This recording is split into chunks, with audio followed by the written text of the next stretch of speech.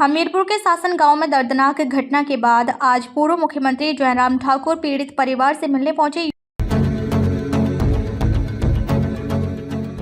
युवक के हमले में मारी गई रंजना कुमारी के घर पहुंचकर उन्होंने परिजनों को सांत्वना दी। रंजना के दिव्यांग बेटे गोलू से मिलते ही जयराम ठाकुर खुद भी भावुक हो उठे। उन्होंने कहा, गोलू मासूम है, उसकी मां ही उसका एकमात्र सहारा थी और वह सहारा भी उससे छिन गया। यह पल बेहद दर्दनाक और निःशब्द करने वाला है। उन्होंने बताया कि विधायक आशीष शर्मा परिवार को आर्थिक सहायता दे चुके हैं और गोलू के पालन पोषण के लिए हर महीने 3,000 रुपए देने का वादा किया है। जयराम ठाकुर ने कहा कि परिवार ने आरोपी को लेकर कई महत्वपूर्ण बातें साझा की हैं। सरकार को इन सभी पहलुओं की विधि सम्मत संज्ञान लेना होगा और जांच में एक भी कोताही नहीं होनी चाहिए। उन्होंने कहा कि प्रशासन ऐसी कार्रवाई करे जिससे पीड़ित परिवार पूरी तरह संतुष्ट हो सके। इस दौरान उनके साथ विधायक आशीष शर्मा, पूर्व विधायक राजेंद्र राणा, विजय अग्निहोत्री और वंदना योगी भी मौजूद रहे। परिवार क्या कहना है इनका? पीड़ित परिवार की बात हमारे साथ हुई है और यहाँ के जो हमारे विधायक आशीष जी साथ हैं, उन्होंने मदद भी की है उनको और उसके बाद उन्होंने तय किया है कि बेटे के लिए हर महीने का मैं 3,000 रुपये जो है अपने इसकी ओर से अपने निजी इसमें से उनके अकाउंट में मदद के रूप में डालता रहूँगा। लेकिन इसके अलावा और जो चीज़ें जो कानूनी पक्ष है इसका, उन सारी चीज़ों पे मुख्यमंत्री को खुद संज्ञान लेकर के जो आवश्यक कार्यवाही बनती है वो सारी चीज़ों को लेकर काम करना चाहिए। बहुत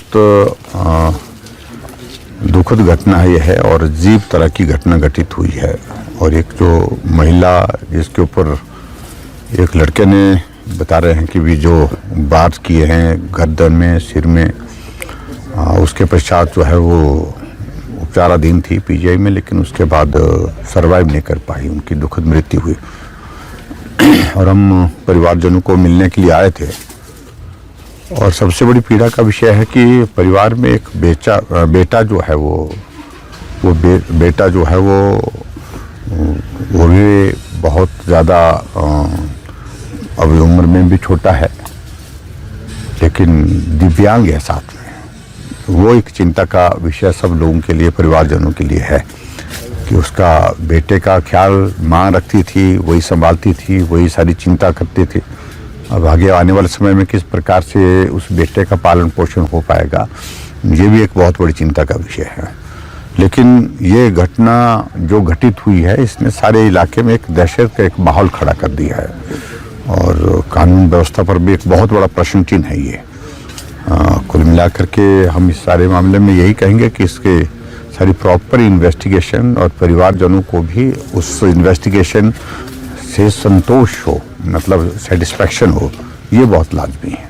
सर, मुख्यमंत्री ने जिसने किया है वो सर अभी नाबालिग है, तो इनकी डिमांड थी लगातार कि केंद्र सरकार से एक पक्ष रखा जाए कि जो इस तरीके के कृत्य करते हैं उनको कहीं ना कहीं जो जुबनल है उसमें चेंजिंग के लिए इनकी डिमांड हो रही थी।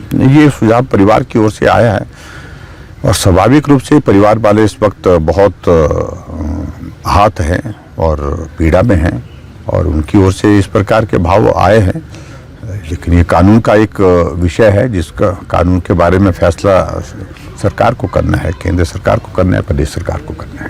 अगर ये वीडियो आपको पसंद आया हो तो चैनल को लाइक और सब्सक्राइब करना बिल्कुल ना भूलें। आपके जो भी कमेंट्स हैं आप हमें कमेंट सेक्शन में दे सकते हैं। ऐसी और वीडियोस देखने के लिए बने रहिए देवभूमि मिरर के साथ।